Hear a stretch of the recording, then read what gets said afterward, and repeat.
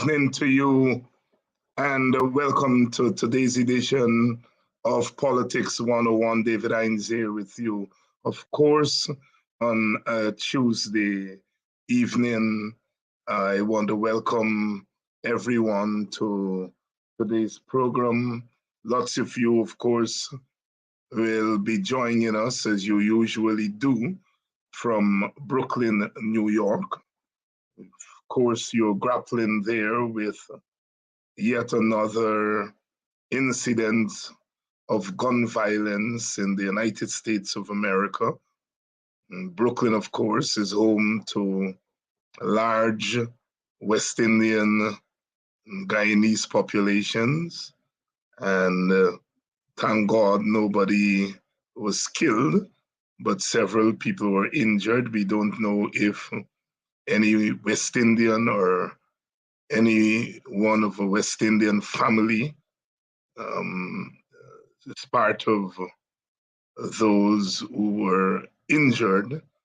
But as usual, that incident raises anew the question of gun violence, the question of guns on our streets, whether it's in Brooklyn, New York, Georgetown, Guyana, Kingston, Jamaica.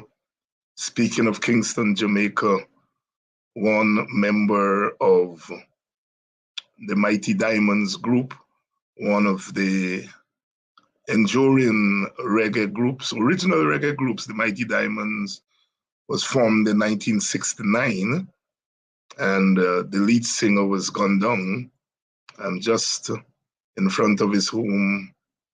And a couple of days after, another member of the group died of natural causes. But yet again, we have to grapple with gun violence in our midst, and we seem to have no answer to it, no answer to it. And so, as praying people, our prayers go out to the people of Brooklyn, New York, and we hope that the political leaders would see the light, and to do something. It is not that if legislation is passed to make access to guns more difficult, that would end gun violence, but it certainly, from all indications, from all research, it would impact gun violence. We live in a world in which it is easier to put away a young Black brother and increasingly a young Black sister.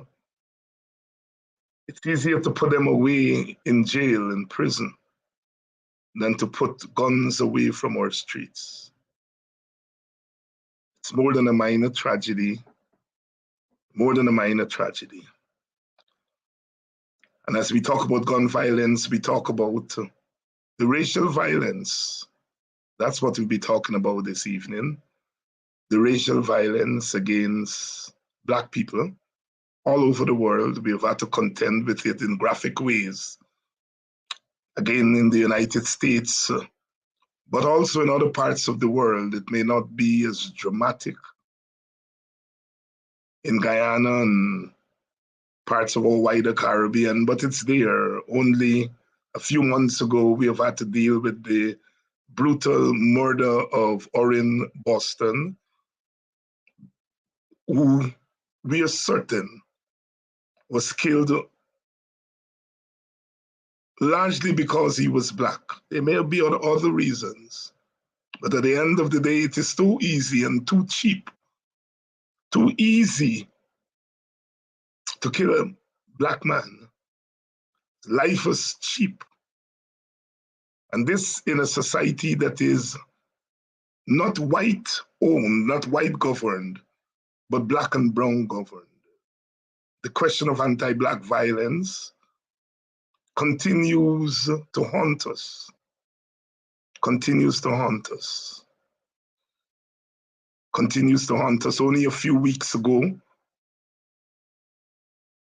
a young, powerful man, a minister of government, had the temerity, more than the temerity, had the gumption to look at African Guyanese perched on his pulpit of power, saying to our community that our young people don't have role models, echoing, if you will, the sentiment that we are less than human beings.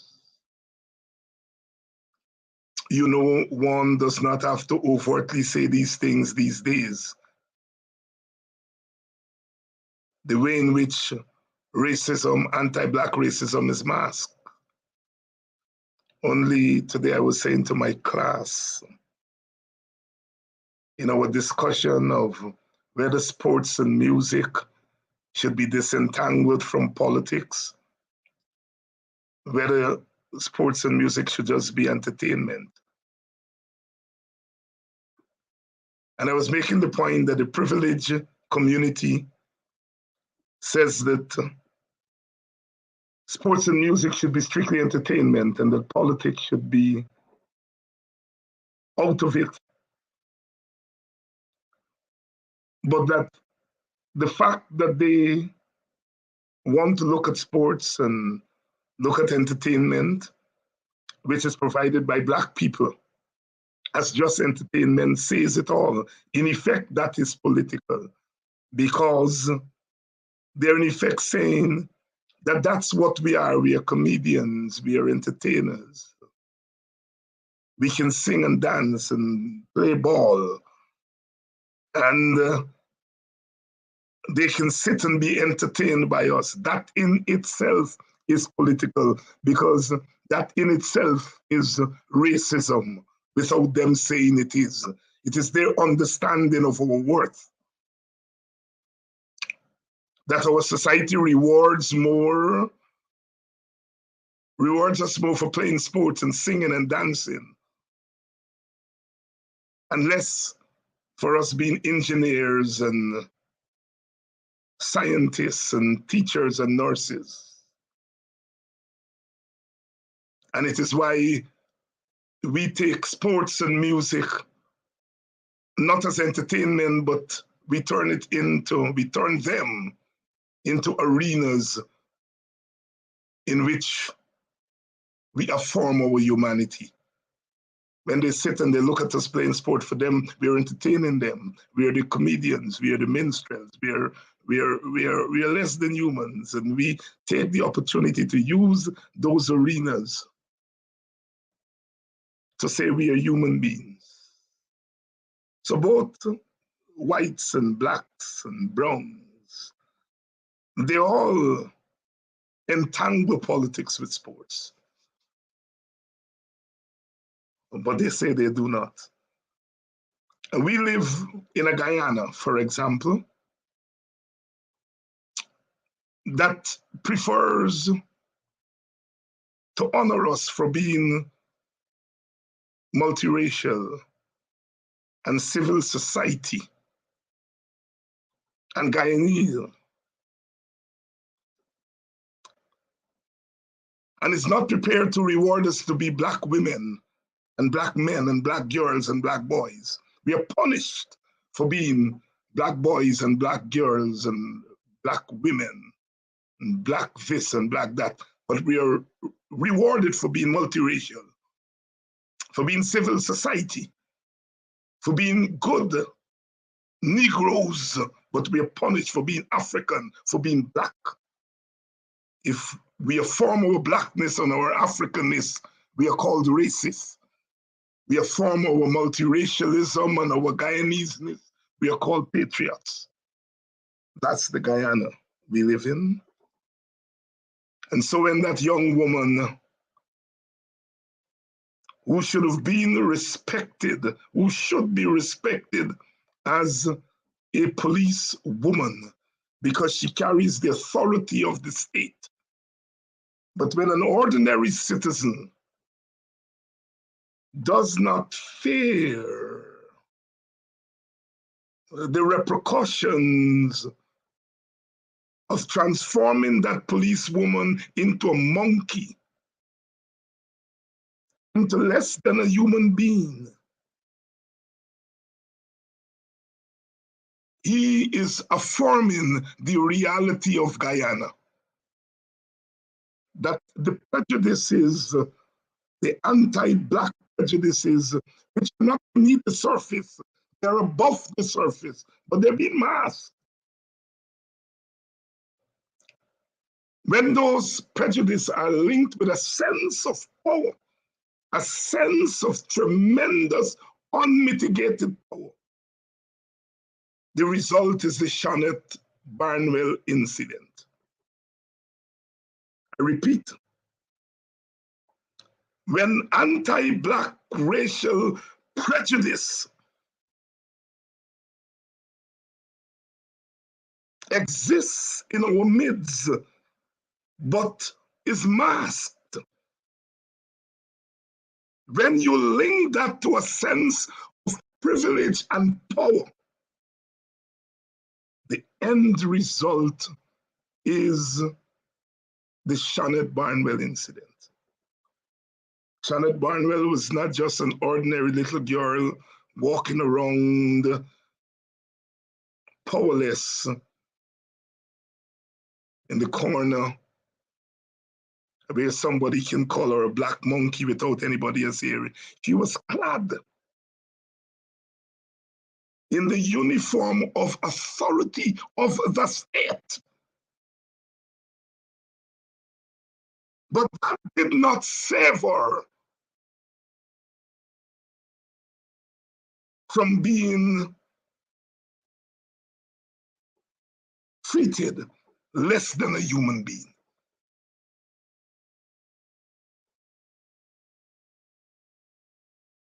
Racism, anti-Black racism.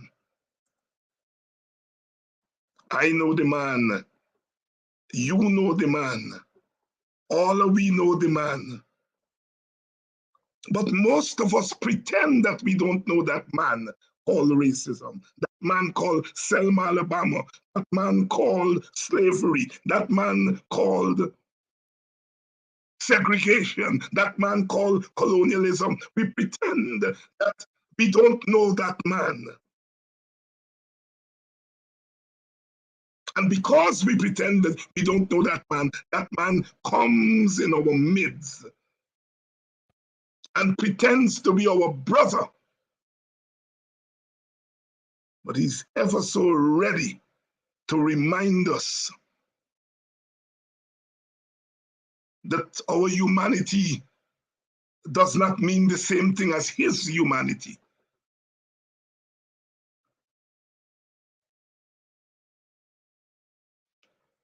Dr. Hines, you're an educated man. Why are you always talking about race? Educated people don't talk about race. Educated should not talk about race. Educated people should bury the history of 400 years. That's what they're telling us.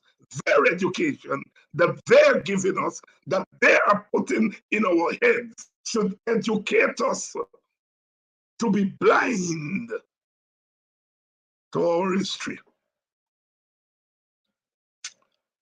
I'm a descendant of many who have taught us that the fact that we were lucky to read some books and travel the world and study things, that we should put the product of that encounter to the service of our Black people. Failure to do that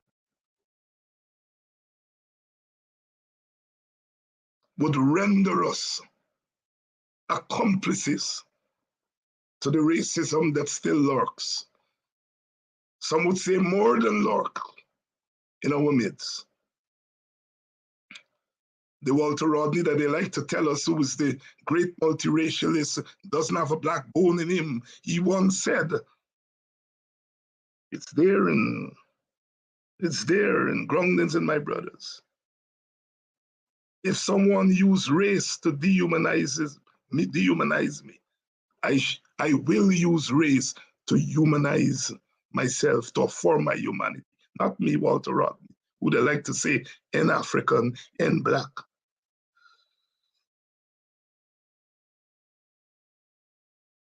Racism had its genesis in whiteness and blackness. But its practice has not been confined to whites and blacks. Racism is like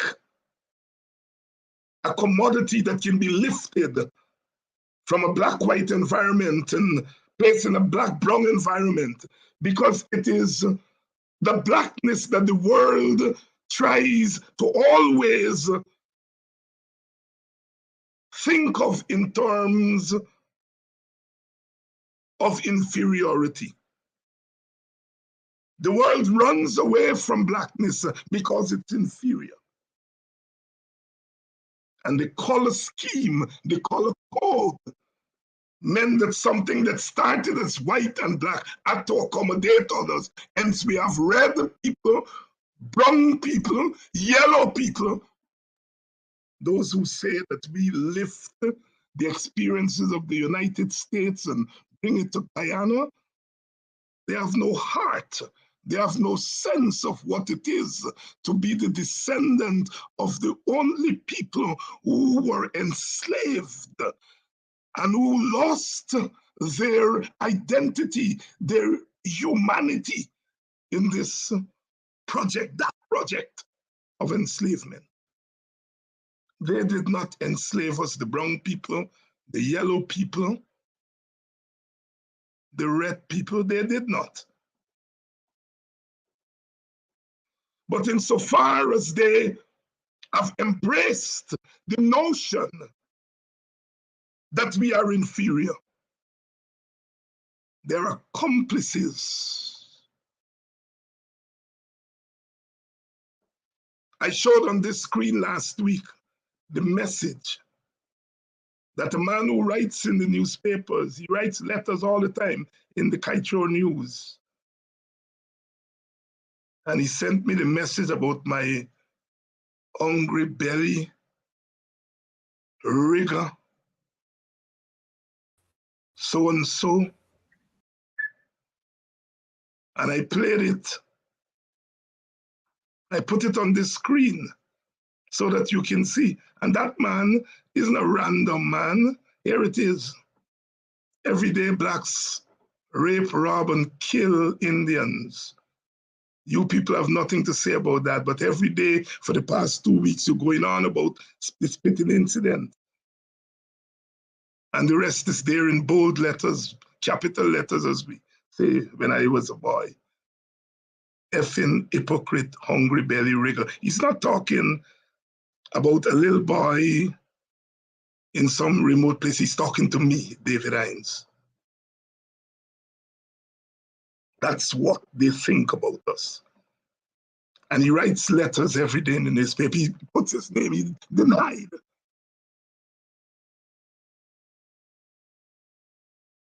He didn't hide.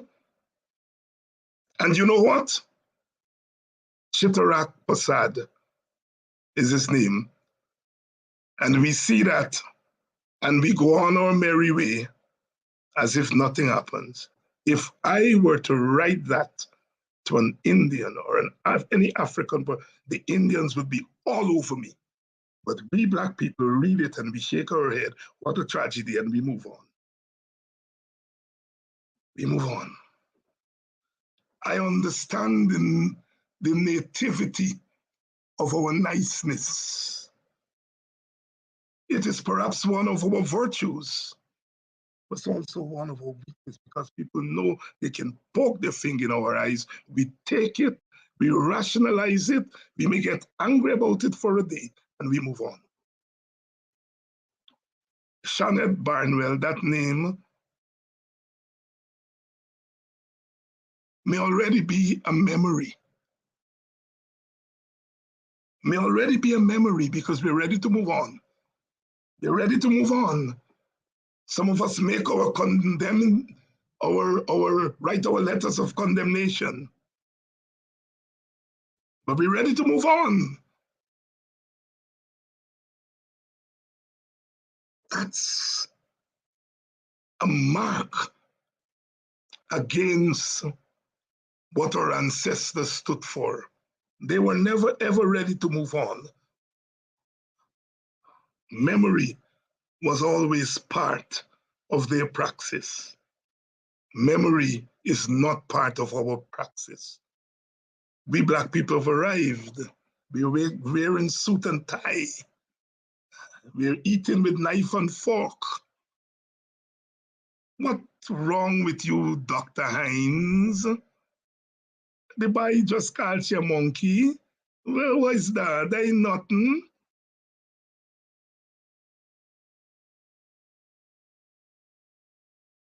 Tonight, we are going to put the spotlight on the Shanette Barnwell issue. And I've put together a panel, and I have to confess, it's a biased panel. It's biased against anti-Black violence and anti-Black racism. It's biased in favor of Blackness. You know, we Black people are many things. We are many things, and we have to be. Because if we are to recover humanity, we have to be everything. But we can't be everything but Black. We have to be everything, including being Black. And so that's why I chose my panel carefully tonight. We're going to be talking about the meaning of the Shanette Barnwell incident. In case you've not heard, the new commissioner, after many questions, said that an investigation was conducted. So it has to be a very quiet investigation. An investigation was conducted, and the file has been sent to the DPP to decide whether there was any criminal offense. We await. Orrin Boston was murdered. After months, we heard that an investigation was done. The file was sent to the DPP. And then we heard the DPP recommended a charge of manslaughter when everybody knew it was murder, murder, murder, she wrote, murder. We are in for that ride again.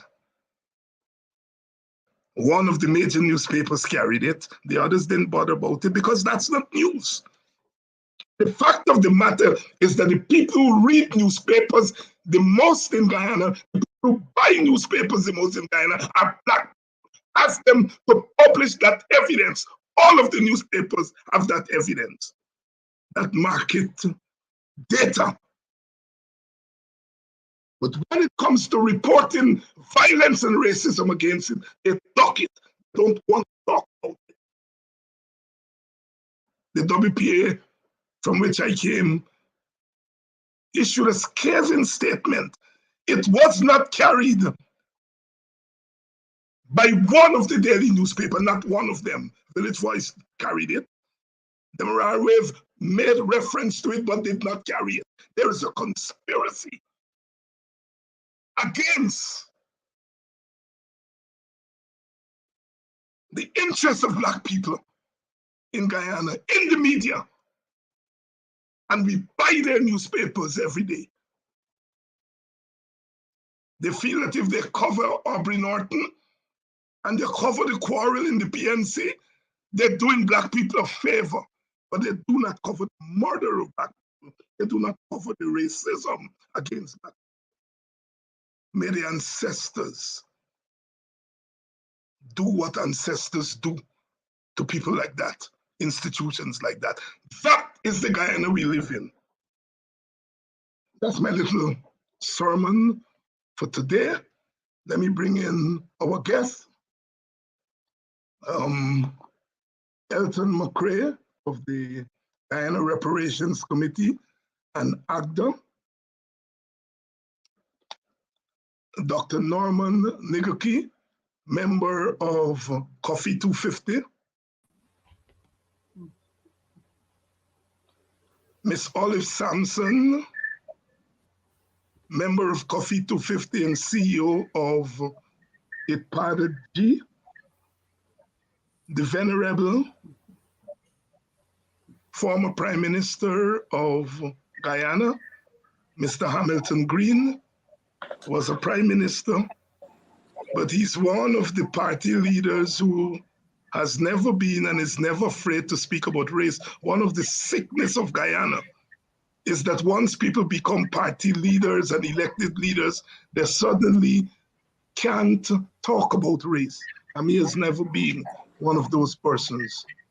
We're expected to be joined by Dion Abrams of Society for African Guyanese Empowerment, Buxton chapter, and member of PANAF.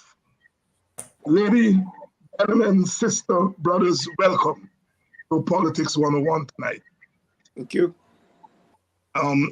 Sorry for my long introduction, but you know, Bob Marley says so many things to say, so much to say. They crucified Jesus Christ. They sold Marcus Garvey for rights. They crucified Paul Bogle, you know, and now they are crucifying Shonette Barnwell. Elton, let me start with you because AGDA put out a statement, a very strong statement, and it was carried in certain quarters of the media. So I want to start with you. What, if anything, about this Shonette Barnwell incident is different?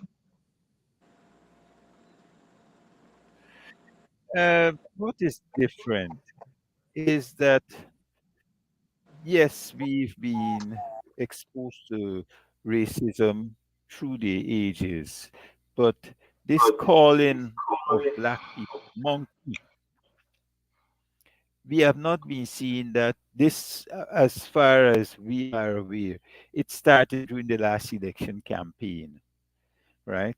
I don't know if it is that they are going back to this fact that Hanuman, the Hindu god, who is supposed to be the god of the monkey god, and he has that close affinity to the untouchables. I don't know if that's where the Indian population in Guyana is positioning Black people in this country, right? And as I said, it was not something that growing up, we had songs like Kuli Water Rice, Pork and Spice, Black Masala, Pong Masala, but we never heard Black Monkey. So this Black Monkey thing is, as you said earlier, is definitely an attempt to put us in that unhuman condition that Las Casas, when he recommended Africans to be enslaved in this part of the world, proposed, right? So we are not too happy about it, and we will go to all lengths, that is from the AGDA point of view, to ensure that our humanity is accepted by all in Guyana and for the field. Our humanity is accepted by all in Guyana, and know the term humanity. And I want to say, afield. Yes, and further afield. And Elton, before I bring in Miss Sampson, let me just say I've been scouring the newspapers every day, to see if Indian Guyanese interest groups Indian Guyanese commentators, the Ravi Devs and the Bisrams and No, so no, on, none of will them. come. Not none of them. Not None of them. one of them. And None shame of and them. disgrace on some of them who I still call my friends. Not one of them. Not one of them. Not one of them. Miss Olive Sampson, you lived in the United States for a while, and you're a Guyanese. You live in Guyana too, so you've lived in both societies, and you've seen the racism at work. Um, how how shocking is this latest episode? Hmm. First of all, thank you so much, David, for this topic and for inviting us to be on to discuss it. The situation is this incident is stunning. It to me, I feel that we are back in a place where we never thought we would see again. Our ancestors fought for our freedom, but it appears as though, especially given the silence that you just referred to, of people who are of good heart, and one would assume would speak up and distance themselves and decry this kind of behavior. We've heard silence. So I, in my years living in the United States, experienced racism in many ways, but nothing as overt, as brutal, as dehumanizing, and as in your face as what occurred to the police officer, Miss Ballers, I believe. Yes, I've seen her name. Ballers. Sorry. Ballers, Yes. yeah. She experienced what we have been told was the behavior of our enslavers against the enslaved. It is what we fought about, is what we stood up and decided that we would die fighting to end. But we have found ourselves in 21st century experiencing it again. And to me, what's scary is the silence. I want to point out that in the run up to the March elections of 2020, in social media, there were many references to Black people as monkeys. It is something also very popular around the neo-Nazi and white nationalist groups. You see that expression at football tournaments across Europe. And it has been a very painful experience for Black people, for Black players, for Black residents of Europe. It was utilized in the 2020 election on social media a lot. I'm not sure if it comes out of PR firms who are trying to divide the nation in the run up to the election, because it's interesting. It's almost as though it's imported. I'm not sure. I mean, Brother Elton suggests that it might come out of the Hindu religion and the relation with the god Hanuman. I'm not sure. But I do know that I noticed the use of it frequently on social media during the run up to the election. And I took note, Padaji took note. We actually captured a lot of those Facebook posts because it was so troubling to us that should occur, because it's absolutely unnecessary in a land of where we have lived, not necessarily always at one people, but certainly as our goal. And it broke our hearts to see that.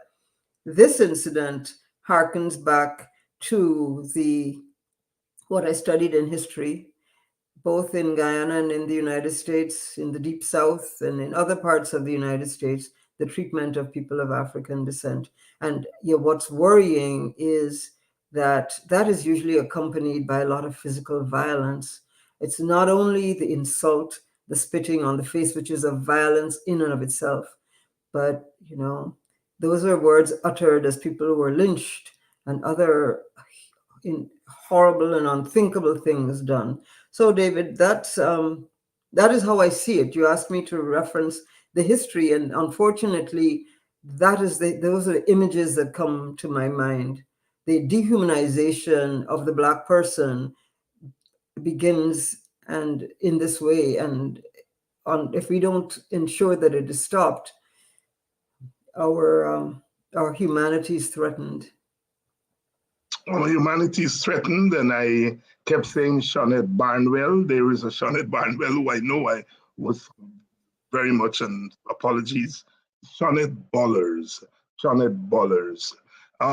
Hamilton Green, let me bring you in. You've lived through the 1960s, and you've referenced it in your writings, in your speeches. Put for us this incident in its historical context, the Guyanese historical context in terms of Apanjat and all those things that have to do with race and racism in our modern era. Well, David, it's a serious, sad situation. To answer your question directly, you've said a mouthful, eloquent, precise. The two panelists have made very important points. But what I see in this situation is a representation of an attitude that has developed over the years among people who Black people taught, brought into prominence and helped. And this makes it sad. And I believe that the only answer is for us to continue as you are doing, to educate, to inform, so that we can agitate and move to a higher level. I believe that what we see today is not representative of all Indo-Guyanese. And let's be straight. It represents a class who believe they have just inherited the mantle of white massa. And that means that the Black people, to use the term used by a certain friend of ours, are and must remain at the bottom of the ladder. We've got to get our young people agitated, irritated, and let them know this must not be business as usual. They don't mind us talking, you know. They like us to talk. As you said in your introductory remarks, in fact, perhaps they want us to entertain them. They want us to be like the gladiators, some who were slaves, as the masses gathered in the amphitheaters to kill one another and to entertain them. We must make it abundantly clear the time has come to stop, as my good friend Sidney once said, to stop this confounded nonsense. It can only come to an end if our young people understand that they are not only on trial, but they face extinction as a people. Because when you can refer to a person as a monkey, it's a serious matter.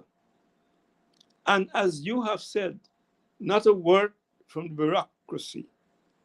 Like you, I await the report of the DPP, and that's another matter, because the Commissioner of Police said that he has had an investigation. I don't know how long it took and what was the means of this investigation. But as Commissioner of Police, we assume he's an honorable man and you must believe him. But let's get the contents of that report. My bother today is that I grew up in the south of Georgetown. And today, there are many Indo-Guyanese who accept their position and they want to move on with us as people. But there is this group, the Nouveau Riche, who've got money, and now that the PPP is in office, they feel they have limitless power. Power to chastise, to criticize, to damn, and to insult our people. it must not continue. So this program is useful because we've got to identify and perhaps begin to name some of these miscreants, these devils, those who want to break the bonds of friendship that exist in this society. And I began by saying it's a very serious matter. It's a sad situation. And I hope we can investigate, irritate our people, and get them on the road to progress. You know, slavery didn't end by our ancestors talking. They took action. The situation in the United States didn't end where blacks were considered not second class, but less than animals. They took action.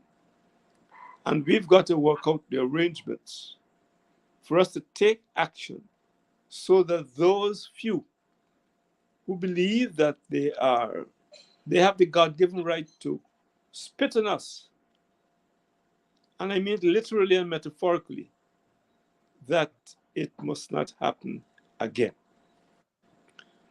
But as you said in your opening remarks, I anxiously await the DPP report and to see what happens. The Commissioner of Police, of course, has had his experience in Wisbel with 3 persons killed, and that, again, nothing much happened. So, David, we've got to continue the struggle. We've got to let our young people know that their lives are in the balance by a new colonial imperial body of people who feel they are the inheritors of that attitude, that philosophy, which existed for hundreds of years when our ancestors were enslaved, brutalized, dehumanized, and treated less than cattle. And thank you very much. Must continue. Must continue. Thank you very much, Hamilton Green. You know, as we have said, that you know the leaders in the Indian Guyanese community have been so silent. They have not said anything, and the masses of Indian Guyanese are not the ones who are committing the racism, but by their silence, they must also be held responsible, because it is when good people remain silent that bad people really believe that they rule the roost. I've said from the beginning, and Hami, you've said, everyone has said that this power, this sense of power, and when persons like myself, as Sister Olive mentioned the 2020 election, said that we were fearful of a one-party government in the circumstances where external powers had showed their hands, in the circumstances where those who own economic power in Guyana had showed their hands, when the usual checks and balances of the society made it very clear that they were not going to serve as checks and balances after the election. And the media made it clear that they were not going to serve as checks and balances. People like myself became fearful about what Black people would have to contend with in a politically divided society where state power, unlimited, unvarnished, unmitigated, was put in the hands of one ethnic group. I had nightmares about that. And, you know, you don't want to say, I told you so. I told you so. I told you so. I told you so. It meant that what happened between March and August of 2020 was not just about an election. The elections were over a long time ago. What was about fixing the Guyanese political economy, about taking the balance of power in favor of one ethnic group in an environment where two ethnic groups worked in struggle against each other. It was always going to be dangerous for Black people. Let me bring in my brother Norman Nippy, who's his first appearance, like brother Elton, making his first appearance on Politics 101. Nippy, you've been listening to the conversation. Your opening thoughts. Yeah, I have been listening to the conversation, and it's interesting. But I have a slightly it is the actions that of this person are less than we shouldn't even talk about it that much. But I have a little different perspective. I see this as representative of a whole group of people who are totally misinformed about history, right? Totally misinformed about the contributions that Africans have made to history. And if I could take just 2 minutes to share, because unless we understand what the African is, we will, and unless we understand that, it is hard for anybody else to really appreciate it. Africans have civilized, and you can this is documented history. They have civilized the Greeks. They have civilized, brought civilization to Europe. The same white people who are racist and all over the world, Africans gave them the foundations of their civilization. The first Chinese civilizations were African, the Shang civilization in the Yellow River, right? The Japanese civilizations were African, right? And yes, the Indian civilization was founded on Dravidians who were Africans who migrated out of the area that is now called Sudan. So even Africans owe their civilization to Indians owe their civilization to Africans. Let me repeat that. Indians owe their civilization to Africans. Even in India, I'm talking about. Now, if you recall, these are things that we don't know, so we act as though they don't exist. Even the gods of the Hinduism are black. Krishna, Lord Krishna, is Krishna because he is called the Black One.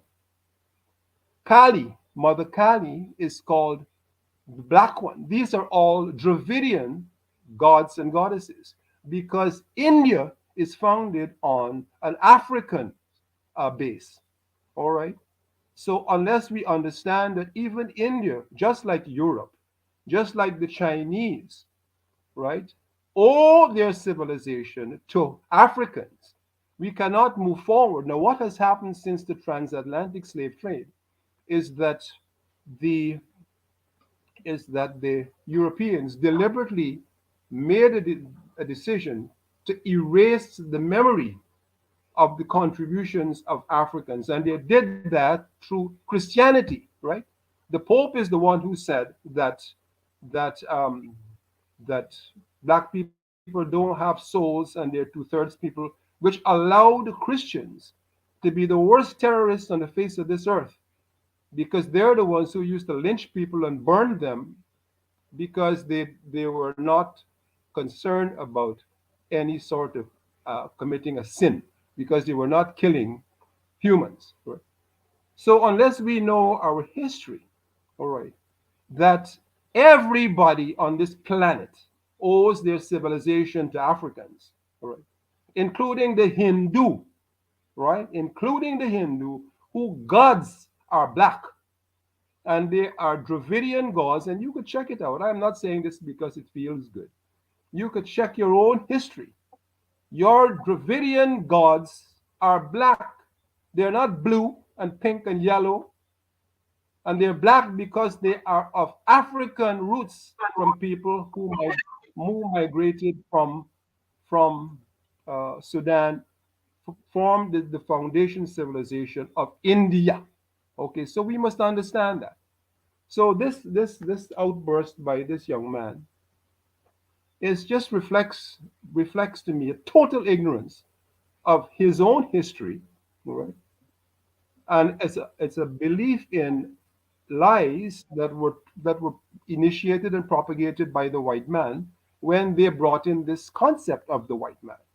The concept of the white man only started 500 years ago. There was no white man before the transatlantic slave trade, all right? There was no white man because everybody was a human being in a world of human beings. The white man created that image and then put everybody within that, and then everybody seemed to want to follow that. But the more we learn about our history, including Indian history, right? India is founded on African civilizations, right? And India didn't just happen. So everything now coming to our situation here in Guyana, everything in Guyana, or the free space that was created by Africans. When indentured laborers came here, the 450,000 Africans had already died, died, and were created and made the space for others to come. So the foundation of Guyana civilization is also African, right? And we need to keep these things in mind, but we need to do something more. We need to teach. We need to teach people. We need to teach our own that we Africans didn't just show up. They founded every single civilization on this planet, including South America, North America, Central America. So when he says monkeys, it is a total reflection of ignorance. Okay. So, but it is a sad reflection of ignorance. Let's put it that way. And we Sad need to reflection, sad reflection. But sad we need reflection of ignorance. Yeah, but we need to understand that we need to educate people on who Africans are, right? And if we understand who Africans are, including founding in the Indian civilization, including Hinduism and all of this stuff, they didn't come by magic. Okay? We need to understand the history of everybody, and we'll find out the foundation is all African. Okay, so it is in a way very sad that this Bollers Shaunet, right? It is totally sad. It is totally not representative of all the Indians, and that's the other thing. It's not representative of all the Indians. There are just a few that are, maybe quite a few, that are in this category, but not all in. I know a lot of decent people, but there are some that are otherwise, right? So we need to, and as the mayor said, we need to keep educating. But this emphasizes the need to educate ourselves, educate the population on African history, because every single civilization on this planet, right, it has its foundation, and it was made by Africans. So all of this bottom of the ladder and all of this is all nonsense. If Africans did not prepare uh, the foundation for this country and made it a free space, Indians would not be here today, right? They would have no slavery free space to come to. That was made by Kofi, and that was made by a lot of different Africans, right? Who the Maroons and a lot of Africans who died to make that space. It didn't just happen out of the goodness of the European heart. So we need to recognize that when we see an African, that African has a history that is unmatched by any other race on the planet. Okay, let me repeat that. When you see an African, that African has a history that is unmatched by any other race on the planet, which includes the white man, it includes the Chinese, and it includes the Indian and everybody else. African history as the foundation of Every, the part of the everybody. problem, Dr. Nigglekey there, Norman Nigglekey, giving us an history lesson. Let me bring in Dion Abrams, who has been waiting patiently. Dion, what do you make of this latest incident of rank open racism? Your audio is on, off. No, it's not. It's not. Okay, here you go. All right.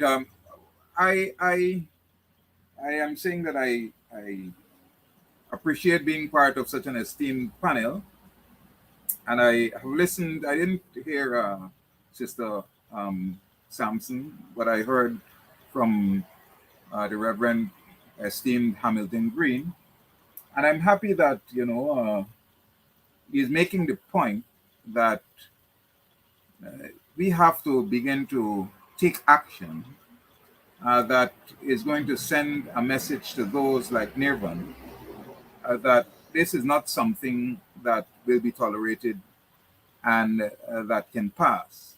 You see, Dr. Nigglekey related a lot about history and the contribution of the African to civilization and all of that. It's important that that message gets out. But in the minds of those who are on this quest for domination and who, as Mr. Hamilton Green said, are now a kind of clique of persons who are beginning to see themselves as the nouveau rich, the new colonial class, we have to find a way to deal with them differently, because education is not the means for them to change their perspective on life. We have to understand that it comes not only from them, but it is the mindset of the political directorate at the moment. And they are simply falling in line. That political directorate is led by that very clique that Mr. Hamilton Green talked about, the rich Indian class that is now seeking to place themselves above all else within the society. And we cannot simply sit back and accept that this thing has happened and not begin to take action that will send messages to both the political directorate, which is fueling this kind of idea that Black people are nothing. I was in Linden only last weekend, and I was told of the quest to take away from the people of Linden the power and light, the co-op running the electricity company there. And the Lindeners told me, in fact, that the Indian representative that was sent here by the PPP actually told them that I could make yourself stupid. We get a right man now as commissioner to deal with it. And in relating that to me, they alleged that during the incident when those three youngsters were killed, that the perpetrator, the figurehead who gave the command for those killings, actually went to the crowd after those three were killed and told them, a lot more of you can dead right out here, that I wait and see what can happen. And so now that he has been propelled into this new position, we are seeing now a kind of boldness that is suggesting that if we are to take action in our own defense, that the right man is in the position to deal with us. So we don't only have a class of Indians who are of the mindset that says that we are nothing and that they can treat us anyhow, but they are using elements from our own community who are going to take action against us, so they can point to the fact that, okay, it's not only us, and this is not coming from us, it's your own people. And so they're seeking to use that as justification and to hide themselves from the actions that are directly engendered by them. It's a problem.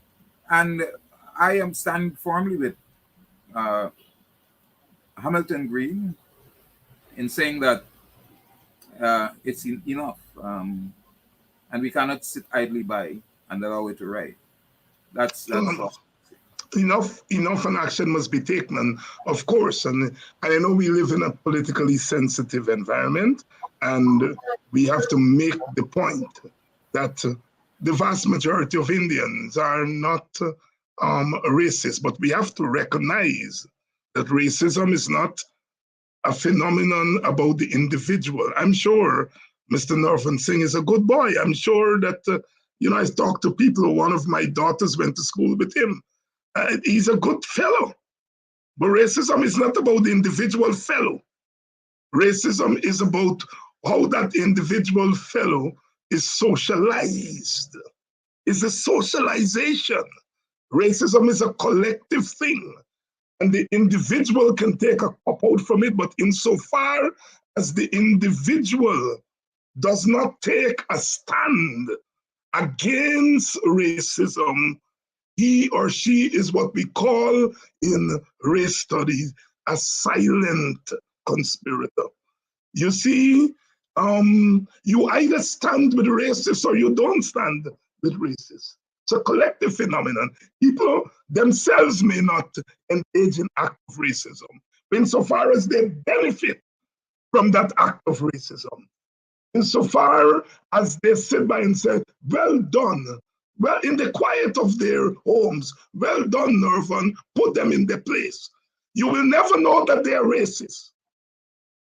But insofar as they see that racist act as bolstering their power in the society, they're complicit. We're going to take a short break. We're going to listen to some music, and then we come back and we'll talk about what to do. Short break.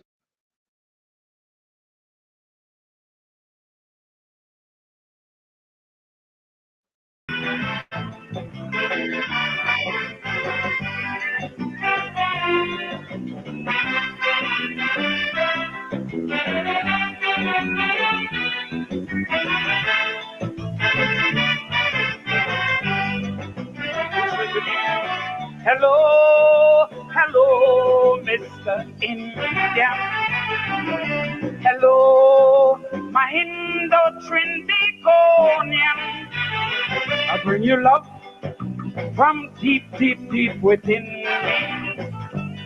Love meant to clear the hurdles of our history. But there is one thing we must never fail to understand. The African was the first come here, then the Indian came second. And African toil and they labor. And they cried and they died under master. So when you celebrating the richness of your culture, you Africa, plenty more than you owe India. Cause the culture we went through is alien to you. The only contract we had was with death. The road you come and trod, made with African blood. Thank God that's now a historical silhouette. So celebrate your African brothers. Reach out and touch and make up this stagger. For all those who walk the plank, from whom culture was young, Mr. Indian man, it's time you tell the African dance. Oh,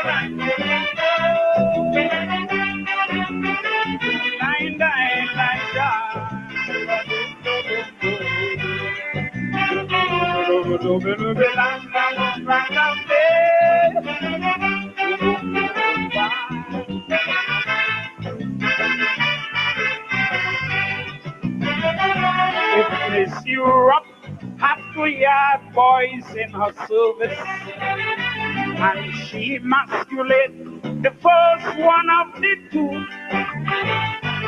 Dehumanize, deculturize, and dismiss.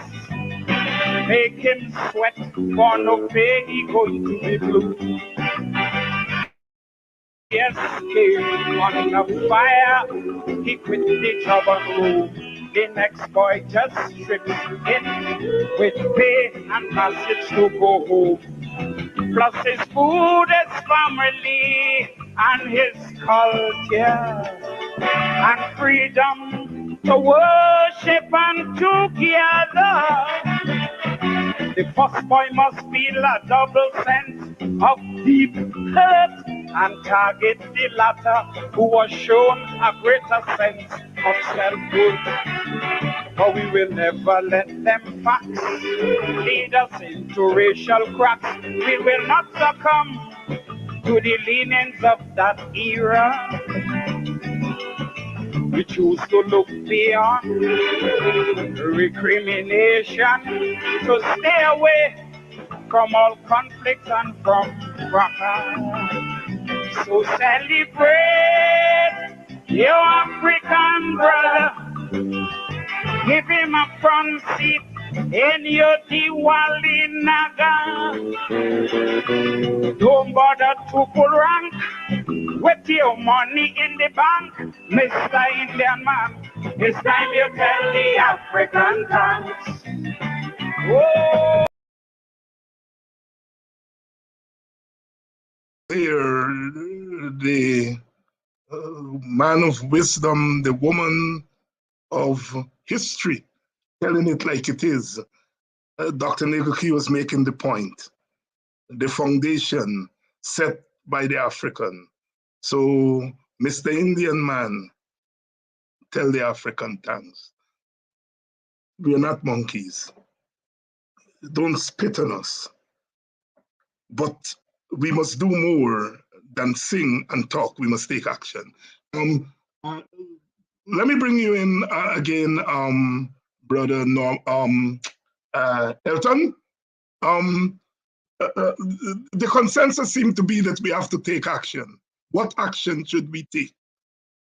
What action should we take? Well, in the first instance, we need to support the sisters' court action, because the fact that the police has only now said they've done an investigation when they have not made even an initial statement. When she was assaulted, she went to her supervisor and she was sent back to that job. I mean, any human supervisor, any supervisor who had a heart would have removed her from that environment. But because even the supervisor feels that it's okay to treat a woman, an African woman, as she was treated, is bringing questions about what it is in the training, in the culture of the police force we have to deal with. I mean, the leadership, we start to understand where the leadership stands, but then why has it filtered down to even that immediate supervisor, who I guess would have been a sergeant? I've not been able to determine if it was a sergeant she spoke to, an inspector, but then for that person to decide, hey, you got to go back there and stay there till morning come, because nobody else can go in there, and these people must be protected by you, even though they have guns, you don't, and they are assaulting you, they are cussing you, making you feel less than human. Something is wrong. No. So we have to support that sister in our action and ensure, and we hope that, as Brother Ami has said and the others, we hope that the DPP makes a report, and that report will reflect will point towards justice, and not just another cover up, another set of dalliance to make us fed up. And even if they go that route, then we must be prepared to ensure that we are marching on two legs, not just that diplomatic discussion, like we must take action at the societal level. We must take action where someone will feel that these people, like our foreparents did, are serious about their position in life. Supporting the Sister Olive Sampson. You are directly involved in the work of the International Decade of the People of African Descent. The umbrella organization, IPADG, has been spearheading that, what to do and what you are already doing. Because this work is not just about the incident at hand. This work is a larger work that has to be done. It's about fortifying the community. It's about empowering the community. It's about ensuring that there are no more Janet Bollers. So it must be, we support the system. And Brother Elton is correct. That's one part of the work. There are other parts of the work. Miss Olive Sampson of IPADG. To just go back to something that Brother Elton raised before directly answering your question. Brother Elton pointed to something that I don't think we have paid enough attention to, and that is what happened next. She was instructed to go back to the place where she was abused, where she was treated like less than a human being, where she was treated without any dignity. She was destroyed as a human being. An attempt was made to destroy her. One has to look then at what is the culture of the police organization that would allow that to happen. And I think then we must look at the history of our police force, formed in the immediate aftermath of the end of apprenticeship to control Africans that were no longer on plantations, to keep us in control. And I wonder whether much has been done to change the culture of the police force, because when you look around at issues with respect to police brutality, to the disrespect that is daily shown to people on the streets by the police, one wonders whether, there's not some work to be done there to go back to that history and to supplant that culture with something that would prevent that decision by that officer to send someone, a woman, back to an abusive, dehumanizing situation. That's the first thing. In terms of, I just wanted to really respond to that, because I don't think we focused enough on the police force itself. For IPADG, we will continue to monitor the situation. We're grateful for the leadership that ACDA has shown. The DPP's report is going to be important, even as we monitor, and our organizations, IPADG and our organizations, support police officer Bollers and demand respect. But the report will help to further elucidate the meaning of one Guyana. In addition to everything else, there is going to be, I think, clarification of what it means, this one Guyana, right? How even-handed will the DPP's report seek to ensure that African Guyanese will not have to fear this kind of behavior becoming rampant, that such action will be taken to ensure that the entire country is aware that each of us as individuals has to be treated with dignity and respect. Because what happened to Officer Bollers happened to each one of us. I feel it as much, I'm sure, as every other person. It could easily happen to me tomorrow. It could easily happen to me. There's absolutely no reason why it wouldn't. I have no assurance that it wouldn't. To me or to one of the persons with whom I work or live or a friend, it can happen. So that is one thing. I think it is heartening, though, that the public and our membership have continued to show such sustained interest in this horrendous event. But while That interest is heartening. We at Ipadagy and our members and the general public must avoid becoming ardent spectators of our own dehumanization, our oppression, and ultimately, possibly our demise, right? Because we follow these things on Facebook. We keep up with the news, this story, we've kept up with the news. We listen to our reliable talk show analysts like you, David, and others, and we pray. But while we pray and while we pay attention, while we're on Facebook, while we're keeping up, we must not lose track of what is most important, right? The Quakers have a saying, pray, but move your feet. That is, take action. And I think the thing that is most important for us at Ipadagy to remember and for our member organizations to note is that the power to change things resides with people. It doesn't reside in any one institution, in one organization, one politician, but it resides in the people.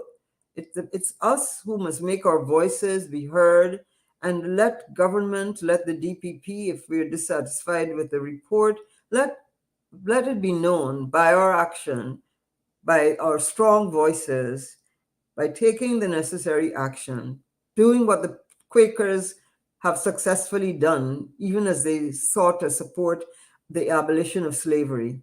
Pray, but move our feet. Pray, but move our feet. Brother Albert Morgan, I think you slightly misunderstood me. I said, I'm sure Mr. Norvan Singh is a good man, but racism turned good men into bad men. That's the point I am making. The point I'm making is that all East Indians are good men and women. I am sure of that. I'm sure of that. But the law of racism turns good men into bad men, because racism is not an individual thing, it's a socialization. You see, an individual may be prejudiced.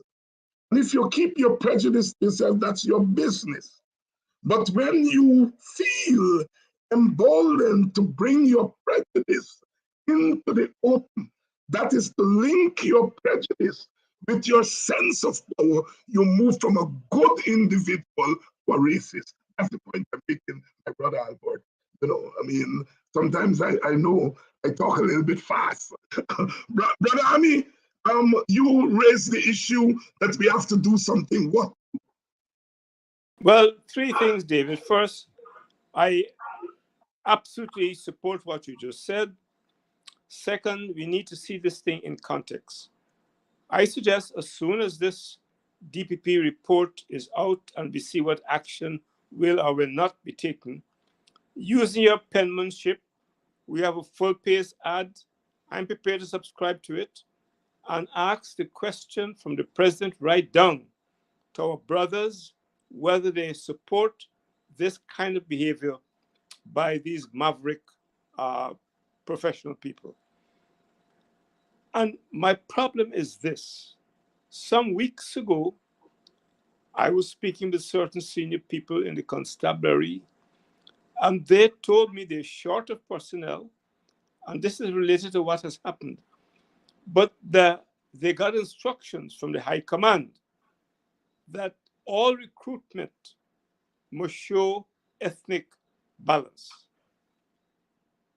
If we know our history, that is an attempt, as they did back in the early 90s, to take away the one area where Afro-Guyanese traditionally have been outnumbering the others because of our culture.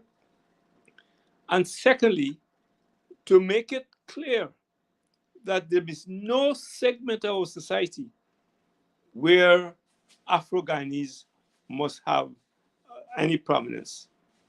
They didn't say that when it comes to the distribution of land, contracts, and other favors.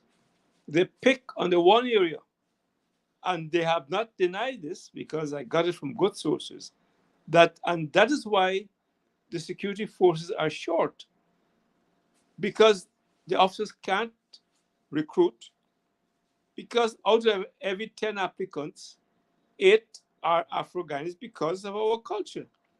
You imagine, because of our family structure, a young lady like Miss Bollers going to work at night in a remote area. You can't imagine, because of the family system, an Indo-Guyanese girl with 2, 3 children being in that position. But yet, they have asked for ethnic balance. So this thing is deep-seated in the attitude, the philosophy of the government. And we must send out a strong message. It must not be business as usual. So I'm suggesting, David, use your penmanship, your full-paced ad, ask him to say whether to support this behavior against Ms. Bollers, and depending on what the DPP report says, whether it should be supported or not. As I said, a full-page ad, I'm sure, like others, we can subscribe a few cents to have that advertisement put in the media. And that should be the first of many steps to be taken to say to our friends, those who, as you said, manifest racial tendencies, that they must not cross that line. And if they do, they must know they'll pay the penalty. And I said in a letter the other day, why irritate Black people? The Angel Gabriel's riots tells its own story. The Saint Bread riots tells its own story. Our history is full, where before the end of slavery and after, the Africans were very tolerant, but don't push us over the brink. And I think this is what we see happening, and we've got to put a stop to it. Educate so we can agitate to liberate. Liberate. My friend Riti saying, Dr. Hines, I'm getting so angry with you now. Sorry? Have you heard of any Indians say Black people are good people? We have to stop being nicey, goody people. I hear that sentiment. But let me say this. If there is bad behavior and bad habits, and I'm condoning and condemning those bad habits by Indian people, I am not helping to socialize Black people to repeat those bad habits. We have to take a strong militant stand against racism. We also have to take a strong moral stand and teach the rest of people how to be human beings. So we must not sink to their level. But I understand, Rita, my sister, where you're coming from. But if you happen to have the mic, as I do, we have to say we are not socializing our people to believe that other people are less than humans. Brother Norman, you've already said that education is important. What else to do? Okay, I think education is critical. It's not just important, it's critical. It's critical. I think the very first thing, one of the things that we need to engage in is a consciousness raising series of activities so that the African young people in particular do not and must understand clearly that they demand their existence demands respect, right? Because this country is built on the heads and blood, sweat, and tears of their ancestors. So it is not acceptable. Racism against Blacks is not acceptable in any form whatsoever. So anytime a Black person is confronted with this, they should not be silent, right? So the first thing is whenever this comes up, you have to respond, whether you are Miss Bollers or you are at a cake shop or you are at the drugstore or any time this comes up, there needs to be an immediate response. And we need to be supportive Because unless you say something and do something, actions and take action, this just gaff. Nothing will occur. So we have a lot of work to do in terms of fortifying ourselves to demonstrate that we demand respect. Not that we're asking for it and we think we ought to do this. It is a demand based on our contributions to history. Every country in this world, including India, right? We demand respect for contributions of Africa. We want everybody to know that. So all you young people and everybody who is watching and can talk to somebody else. Mutual respect in Guyana is necessary for this country to move forward. There is no such thing as an Indian Guyana, right? That's not going to happen, as the mayor said before. That's not going to happen. There's no such thing as an Indian Guyana. There has to be mutual respect so that Guyana can move forward as a Guyana for one people meaning one culture, one society, but everybody existing in peace.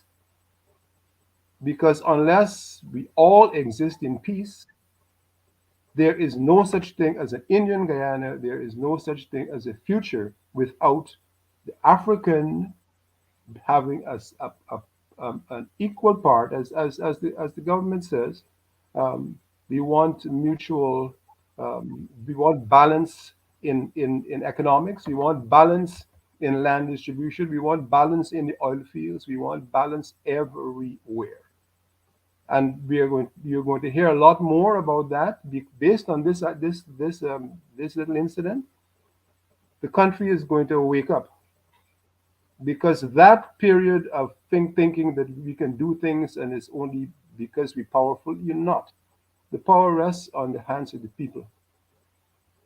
And as And we all know, we need to be able to realize that we want a peaceful, prosperous, healthy Guyana. And that is could only be based on mutual respect. Mutual respect. So what you're seeing here is a backlash against disrespect. And this we're is, not going to tolerate that. Nobody's going to tolerate that. That era is done. And we need to get that clear. and That's all Brother I Nippy, go ahead. And no, Brother I'm Nippy finished. is so correct. Respect, the sense of honor of a group is so important. And as I always say, there are things we can do when nobody's watching. We decide where to spend our money. We decide where to send our children to lessons. This business of sending our children outside of their communities for lessons is a sore point. We must decide when and where we are going to cooperate. We have to demand respect, and you demand respect only when you're in a position to demand respect. If you make yourself servants all the time and you are not in control of your situation, you are going to be disrespected. Every time some African raises his or her voice and say to Black people, spend your money wisely, they go crazy because it's our money that is spent in developing and empowering them. And in the process, we are underdeveloping and under empowering ourselves.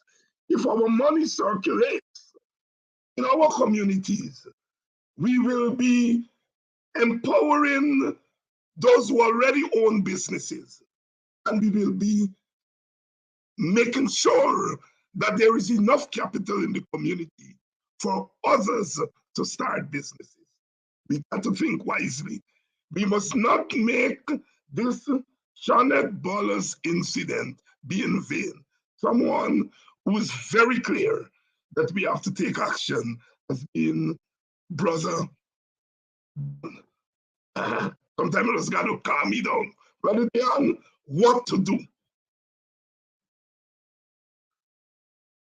response. David, I think all that we have said is important. We need to look at both the police force and the military because I get a sense that our people, once they get into those arenas, they somehow become docile and they don't understand the kind of power that they have at their disposal. If they are to decide to raise their voices, lots of changes are going to take place in this country. It therefore means that we have to educate them because they come to complain to us. They are the wielders of power in this country, as far as I'm concerned. And one man at the top of the police force really is just a figurehead. The force is in the body of the police, it's in the body of the army, and they can have a voice, despite how we talk about discipline and disciplined forces and all of that. If they demand respect for themselves, because the trampling of the young lady is a trampling of their own persona. It cuts across the entire Black community, and they are sitting down and accepting it and allowing a puppet who sits at the top of the force to dictate how they behave, in terms of their response. So there is a problem with the police, with the army, and we have to begin to speak more to them to let them understand their power. The business of socialization, I believe, is something that we can talk about. We can talk about educating Indians about the contributions of Blacks and all of these things. But when Bara Jagdeo and the Minister of Legal Affairs and those people who are in the communities all the time in the bottom houses, when they go to speak to their people, all that we say here becomes naught. Because they are the driving forces of indoctrination in those communities, and they are the perpetrators of this new era of racism that we face. All right? And so it means, therefore, that this talk about socialization is only going to socialize us to become more docile, but they are being socialized in the other community to be active racists against we, the Black people of this country. And so we have to begin to look differently at socialization and education and how it's going to serve in the interest of raising this consciousness and awareness. So it's not only the government, but the religious fraternity. Have we heard, you were shouting here that you haven't heard one group from the Indian community coming forward. Racism is also, when our scholar doctor, what's her name, wrote about the Indian, the way the Indian religion treats with African and Blackness, there was a huge outcry. But we know that there too, indoctrination takes place.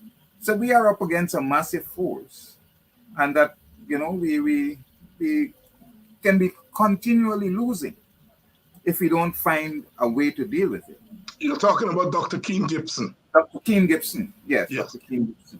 All right, so it's a kind of massive force against us, all right? And everything that this government does, they feel, I've never seen them even as bold as they are now in the way they're operating. They can go to Linden and tell the people that if they resist the takeover of the electricity company, that they're going to treat them, they have a police commissioner who is willing to shoot them down, all right? This is what the people are relating to me, all right? So we have that. So we cannot wait for Emmett Till, George Floyd, and these things to continue to happen. This young lady is a prime example of where we are.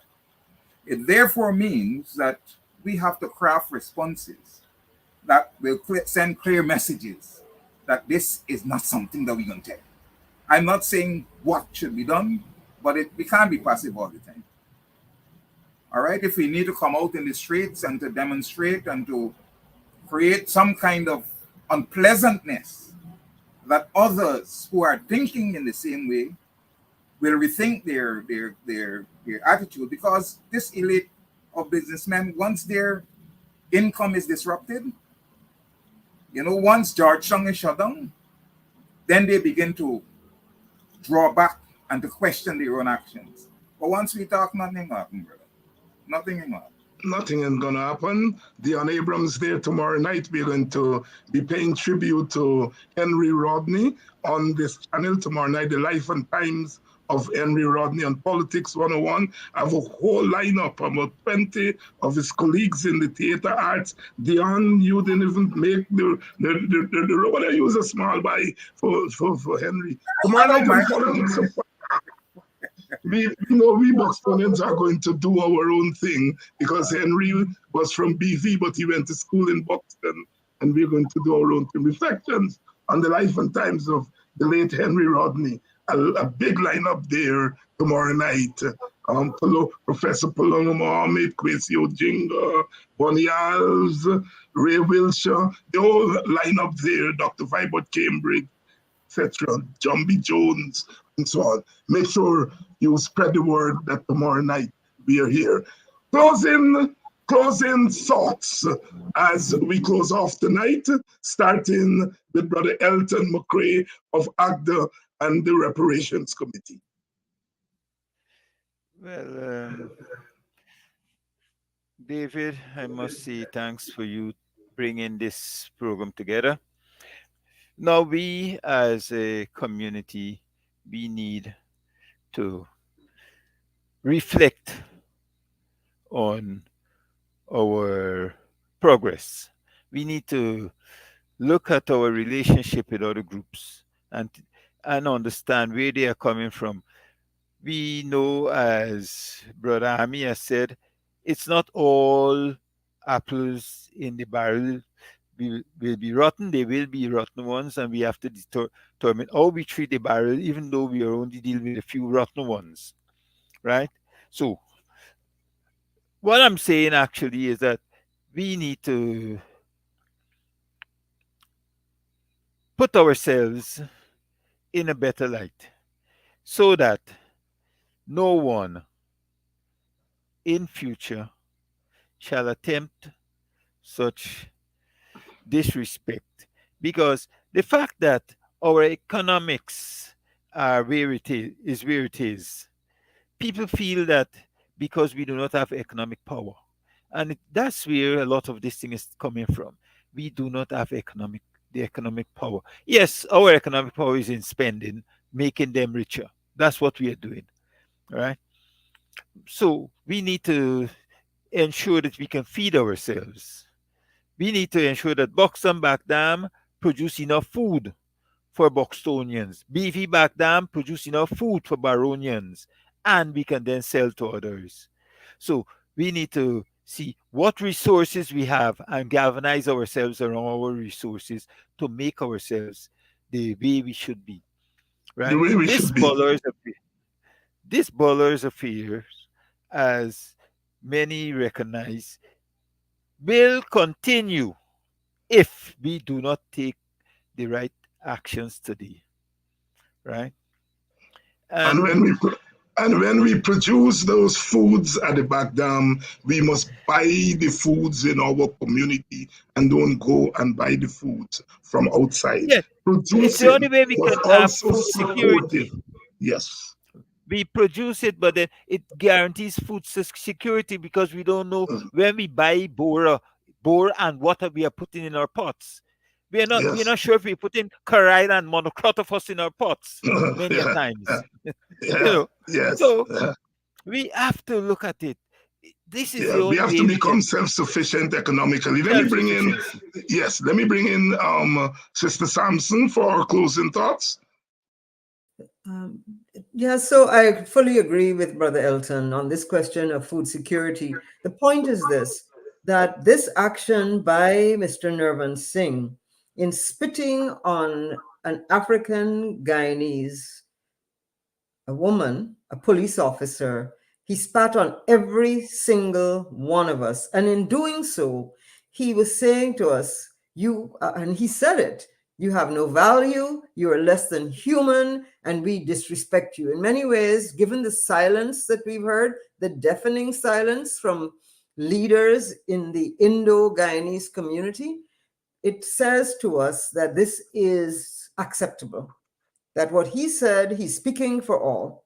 And if that is what Indo-Guyanese think of us, then we must take heed, because if they think that we're less than human, we must show the world what we stand for. We must stand up, straighten our backs, and take care of ourselves. Don't let anyone else ever do that to us. And so we're going to pay attention to the DPP report, and we will encourage our member organizations to continue to follow this issue and to be prepared to support police officer Bollers in the days ahead, and to show her that we stand as one people, and that what happened to her happened to each and every one of us, and she's not standing alone. She's not standing alone. Brother Hammy, your closing thoughts?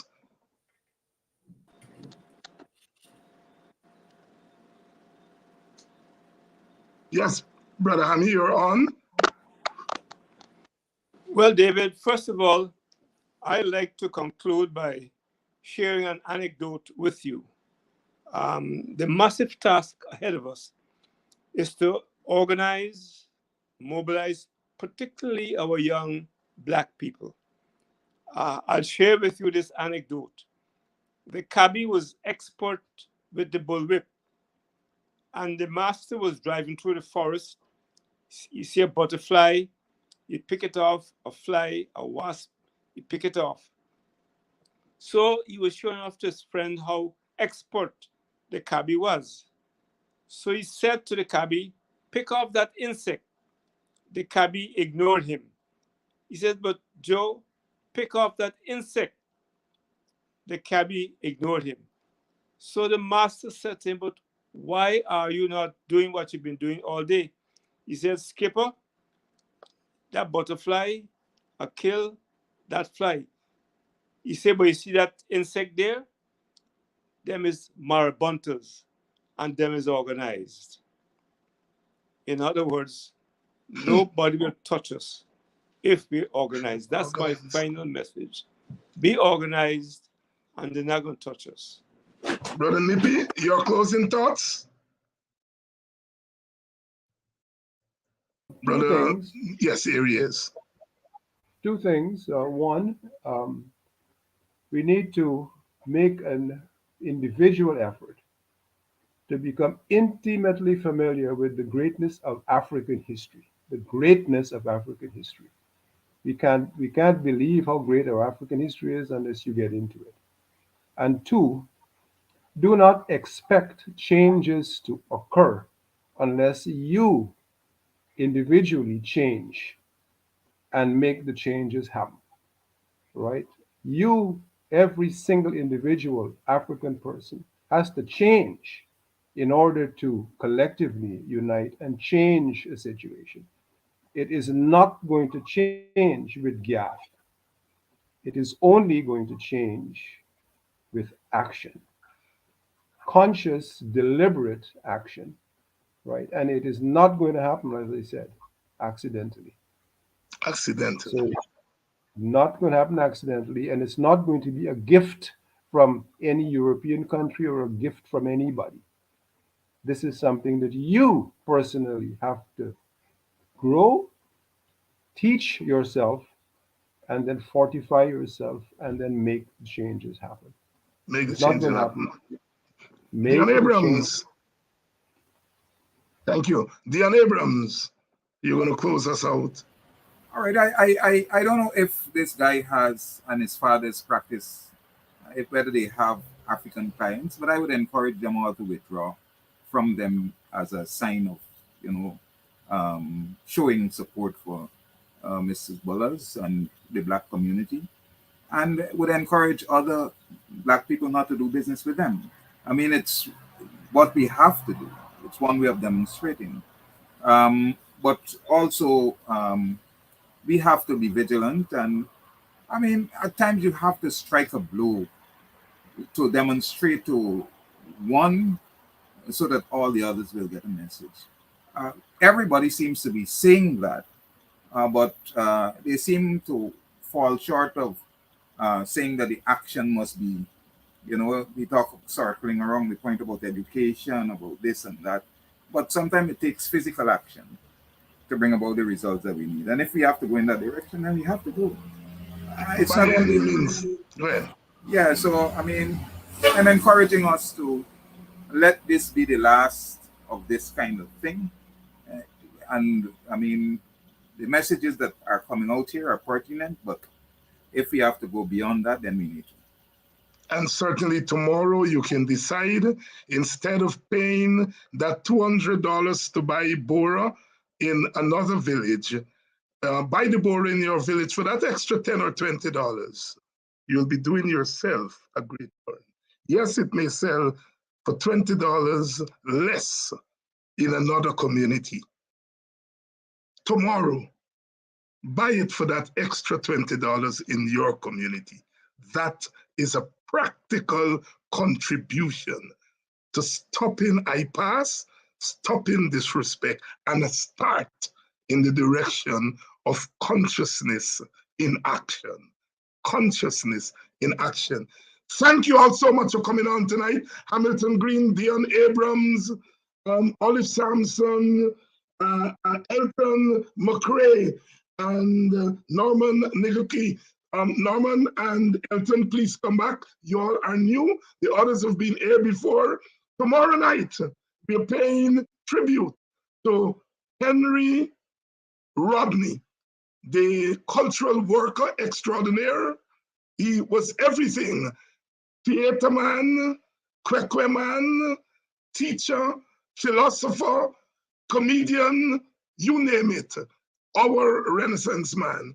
I had the pleasure of sitting in school with him. He was my classmate, the most illustrious of my classmates, the most audacious of my classmates, and perhaps of all of us who have attempted to do something for the society and the community that gave birth to us. He probably went the deepest. And so tomorrow night, we pay tribute to him. All-star cast, tomorrow night, 6:30. Spread the word. Good night.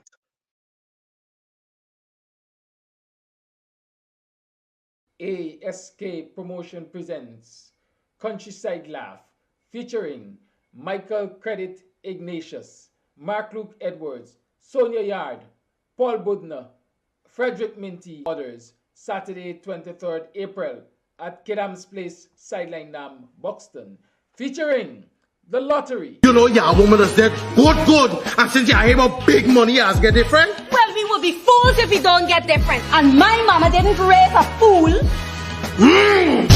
Showtime, 18 hours. Tickets $1,000. Get them from Zion Gate, Public Road, and Millwalk Road, Buxton. Countryside Laugh. An evening of comedy and drama.